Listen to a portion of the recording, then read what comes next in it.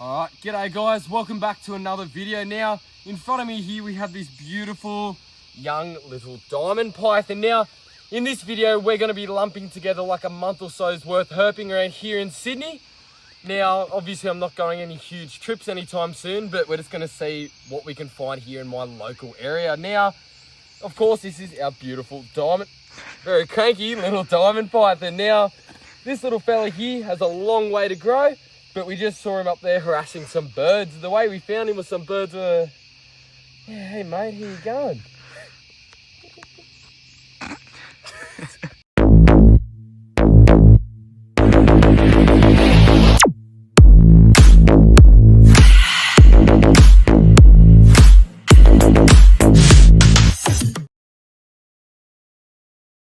G'day guys, we're back. So you can see we're right near the coast, and what we have here is a really nice little Jackie dragon. He's pretty quick, as you can see. He's trying to get away. He's just around this corner. That right there is a really cool native species of dragon around here, known as the Jackie dragon. Now these guys found in the coastal woodlands and like the heaths around this area.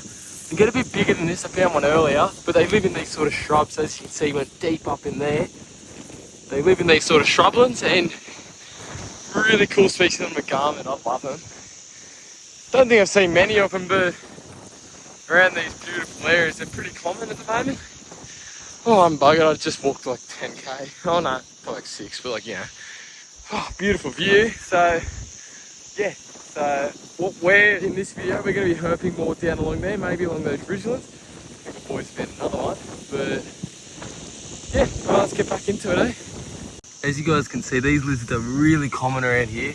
Like, not even 20 metres, they found another one. Now, they get quite a bit bigger than this, but they can be easily identified from other species around here, just because they get a lot bigger than the heath dragon, also see. But also they've got a really bright yellow mouth, which they actually use for defence, because when a predator comes up to them, they'll open their mouth really, really wide, flash that bright sort of colour, and that sort of acts like the blue tongue sort of thing, just to let the predator know that maybe not to mess with them. But other than a little nip, these guys are pretty much harmless. Sick little species. But yeah, that's another really cool little species of a garment that you can find around here in the Illawarra. But yeah, let's get back into it, eh? 3 days later. Hey guys, we're back home. We're no longer up in those really northern parts. Now, what we have here is an awesome local species of frog found by my good mate Lockie here. Legend of a dude, just found him. Now, this is, of course, the red crown toadlet. Now, these guys are a member of the pseudophorine family, so closely related to your redback brood frogs, which you saw up in the rainforest and stuff. But these guys are exclusive to the Sydney sandstone habitats. Now, these guys are easily identifiable from like your other smaller crinia, which you can see everywhere around here, by that really bright red crown. Now, like your other species of pseudophorine, these guys are actually poisonous. And they don't produce their poison like by eating ants. These guys actually produce it themselves. So arguably they are just a cooler version of a poison dart frog. How bloody sick is that? Pipey, they're doing pretty good. I got another one. So these guys are actually considered to be a vulnerable, or even I think it's endangered species. And that is mainly because these guys depend on these sandstone rocks. And a lot of these sandstone rocks have been destroyed due to like urbanization, and even people poaching rocks for their backyards. So these guys are highly dependent on these, like those sort of rocks and stuff. And even these water bodies. So as our climate changes and that, obviously weather patterns are going to change. And these frogs are definitely being hit pretty hard by that. But fascinatingly, these frogs have a really cool little adaptation that might be helping them out with that. Because unlike many other frog species, if these ponds were to dry up, their eggs aren't going to die, because their tadpoles can actually change into a fully grown little mini red crown toadlet actually inside of the egg. So these guys don't even need a body of water for their tadpoles to be raised in. In fact, this little tiny little puddle covered up in leaves would be perfect to raise a little clutch of red crown toadlets. Too far up the trail, got another awesome local species. This is your thick-tailed gecko. Just saw his eye shine off the side of the road. Such a cool little species. This guy's a little fella, only about this big, tiny little gecko. But man, such a cool little species to find. They're very common out here. I've seen them everywhere, but there is he. There he is. Oh, Man, I can't get over them. They're such a cool species. Even though they kind of don't really compare to like your knob-tailed geckos that you get out west, they are still like the Sydney version of a knobby. How bloody sick. Yeah.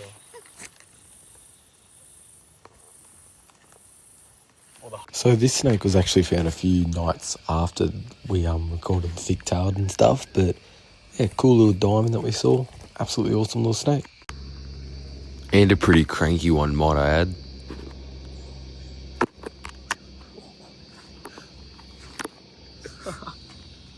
Not too far away from that diamond, we've got another really common species you can find here in Sydney. This is Scaproscincus musculans. I think it's musculans. This is also known as the weasel skink. Such a cool little species. It's often mistaken for like your delicata or your delicate garden skinks, which you get around here as well. Such a cool little species. Not as commonly seen, but they love coming out around this time of day and stuff. I haven't seen one in a little while. Really cool to see. Sick. Another awesome local species. This is a very chunky looking Scaly Foot. Now, I've seen these before up in the bush, but I haven't actually seen one around here this year. Such a cool little species. Now, these guys are known as your pygopods. Now, these guys may convergently look like snakes, as obviously you might think this is a snake, but some of the key differences are obviously that head and that really flappy tongue. So they obviously don't have that forked tongue and those ear holes, which you guys can see there. Now, these guys are actually related to your geckos and stuff like that, but are just a really weird little branch off. You can tell they're called the Scaly Foot. I'll try to get a video of it. Their little flab foot. How cool is that? Sick little lizard. It's coloured around here. So in this puddle, we have a really cool species of frog. Now, this is your Faet Frog, also known as your Wallam rocket frog. Now, these guys definitely do live up to the name, the rocket frog. As you can see, there's a few jumping around now. They are very hard to photograph and video because they don't sit still at all. But interestingly enough, this is actually, I don't know, I forget what the word is, but it's like the type species for Latoria. So this here is the frog that sort of represents Latoria, which is like your big group of frogs that you have here in Australia. Or I think this is like the namesake frog or something. I'm not too sure. I might have to do a bit more research. I forget the word, but sick little frog. They're everywhere at the moment along these sort of streams. We're trying to look for the giant burrowing frog because I heard they're pretty common here. Like, I'm not 100% sure. Last one I saw was down further south near Jamboree. And it was a really big one. It was like the size of my hand. It was an enormous frog. I haven't seen anyone since, but apparently they're pretty common on this track. So that's our target for this little mini mission that we're going on. So yeah, I'll be back in a sec if we find one. Just talking about how they can be found here. So this is your Helioporus australicus, or the giant burrowing frog. I've seen a much bigger one, about this big, down further south, but this is actually my first one that I found more closer to home. How cool is that? Such a weird looking frog. He's currently hunched down in camouflage, but trying to blend in, but it's hard to blend in when you're this big, but such a cool little species. How sick. The other one's just back there. So there's one there. So you'll see as we start to get closer, he'll bend down to try and camouflage, or maybe not. Oh, he's actually not. That's cool. So this is what they look like when they're not doing that little sulking thing. How cool is that? I've only seen these a few times before, but they love these sort of sandstone habitats, and these guys are called like your giant burrowing frogs, so they sort of hide down and they only really come out in rain. And we've had rain recently, so that probably explains why we've seen so many of them. Oh, there he goes. How sick. G'day guys, we're back a couple of days later. Like, hasn't really been too good for the past few days for reptiles, that is. For frogs it's been awesome, but I'm currently out today just doing what is called tin flipping. So it's pretty much just bits of stuff that's out in the bush and you flip it, and because it absorbs the heat really well for reptiles, often they like to hide under it and that. And today's a nice sunny day, so hopefully we might see some active as well. So yeah, if we find anything I'll let you guys know. G'day guys, we're back out. It's currently daytime, and under this bit of tin, we've got another really cool Aussie species of snake that can be found around here in Sydney. So this here is a really big eastern small-eyed snake, or Cryptophis nigericens. Now these guys are often mistaken for a red belly because some of the younger individuals can have a really reddish crimson belly. But this one is the biggest one I've ever seen. Look at the size of this thing. I haven't seen one this big or chunky. He's a bit cranky because he's in shed at the moment. If you were to look at his eyes, you will say they have like a blue coloration, and that is due to fluid flowing under the brill. Now the brill is pretty much that eye cap that helps protect their eyes, like, because they can't blink obviously. But such a beautiful snake. They're very common around here, especially in the area that I'm at, in this sort of heathy habitat. They're very common snakes, but yeah, I don't think I've ever actually seen, whoa, I don't think I've ever seen one this big. Look at the head on that thing. I thought it was a tiger snake when I first flipped it. He's got a big buffy head on him. How awesome is that? Look at him. Wow, that head on him is insane. All right, I'm gonna leave you be, mate. I'm gonna try to find some other stuff. How sick is that? Oh. All right, see you, bro.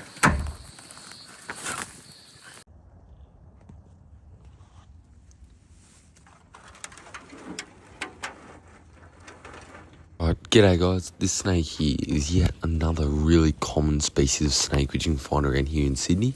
Now this here is the Marsh Snake. Now, also known as the black-bellied swamp snake, named after this really jet black belly that they have. Really cool little species, one of my favourites. Well, this is of course the second diamond python of this video, and believe it or not, I actually saw the two diamond pythons. This one was a few months ago sort of thing, so I just sort of chucked it in here because it sort of fits well. But yeah, it's a really nice one. You can tell he's in blue because you can see the eyes of that blue sort of colour. And he can't really see very well, which is likely why he's being a little bit more defensive right now. But, I mean, it makes sense though, because I get, you know, not wanting a camera being stuck in your face while you're trying to just soak up the sun. But yeah, that's pretty cool. So just after we found that diamond python, we ended up finding this little fella. Now this here is a mountain heath dragon. Cool little species of a garment which you can find around here. One of my personal favourites because it's just really nice looking. You don't see them all that often. Now this species here is a very much like a cold climate sort of lizard, as believe it or not, this is actually the only agama species which you can actually find down in Tasmania as well. So it is the most southern occurring agama species that we have here in Australia. Alright, g'day guys. Here we have a really cool species of Sydney sandstone gecko. Now, this here is the Sydney broad-tailed gecko. Now, of course, they get that name from that really broad tail, which they can actually drop in defense. Now, if this guy was a bit more scared, he'd be holding up like a fan, doing that, trying to ward off Aiden, who's my cameraman right now. But these guys are an awesome little sandstone species of gecko. Now, like other species of Phalaris, this guy has those really thin little toes and doesn't actually have leaf toes like other species of gecko, and instead has more narrow sort of claws.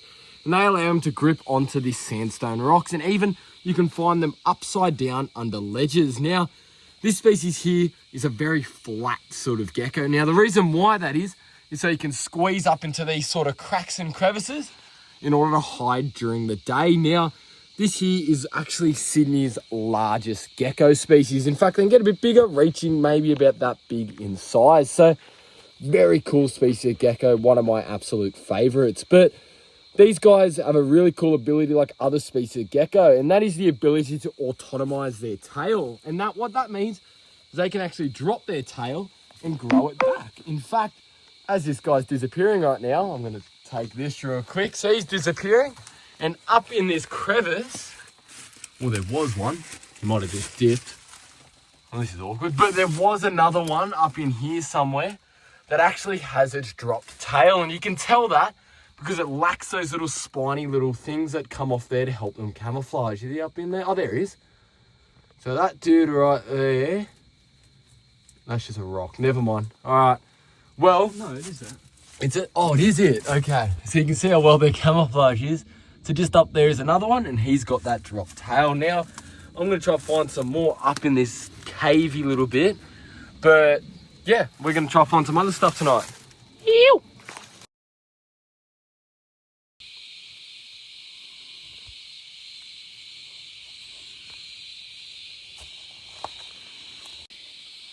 Right, g'day guys, we're back down here and we have a beautiful species of Aussie python. Now this here is, of course, the diamond python, which is the only python species you can find around here in Sydney, and is a really awesome looking species. Now, this snake gets its name from those beautiful diamond rosettes which cover its body, and they serve as camouflage. So if this snake is curled up basking during the day, he's not going to be very easy to spot. But also, they serve to break up his silhouette, because that really dark coloration that he has enables him to absorb sun like a solar panel. Like, I've seen individuals of this species out basking on like a 10 degrees sunny day in the winter, and their body temperature is around 20 degrees Celsius. So they can actually be warmer than the environment around them. Such a beautiful species. Probably the world's, in my opinion, the world's most beautiful python. Very unique snake. Hey, mate. You see those labial pits along his mouth? He's probably going to be using them to try to find possums and stuff like that. Such a cool snake species.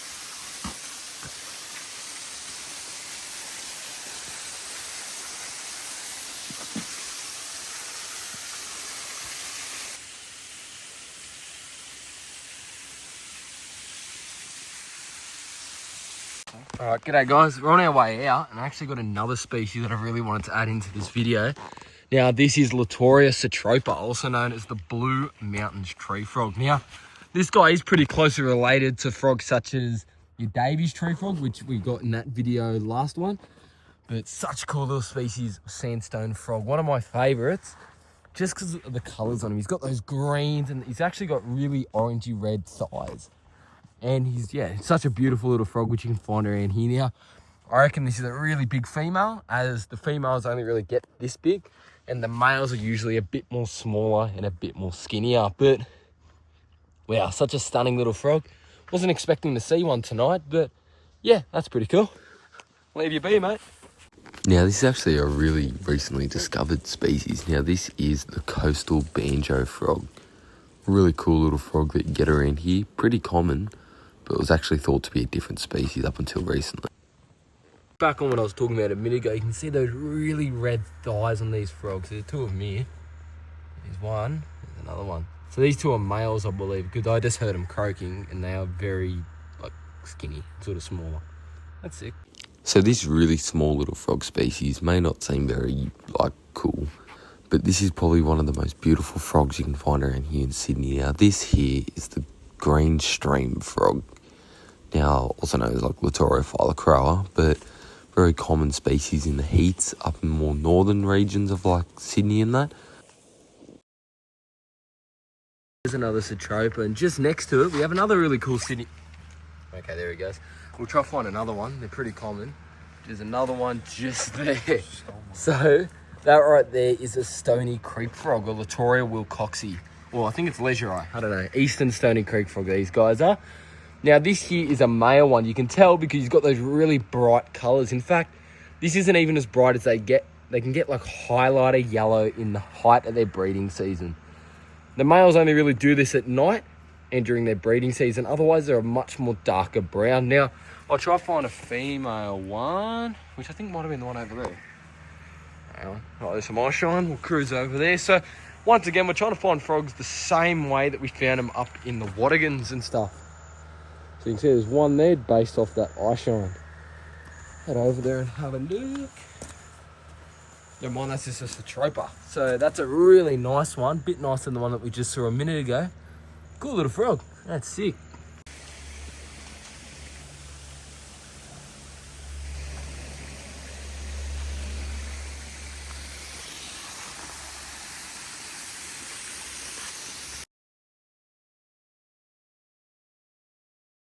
Now, I could not have a Sydney sandstone video without this fella. This is the Sydney Broadheaded snake. Really awesome species of Hoplocephalus, which you can find around here in Sydney. So these guys are closely related to your Stevens banded snake. Now, this species is actually considered to be endangered, and that is due to the fact that a lot of its sandstone habitat, which it depends on, is being unfortunately destroyed.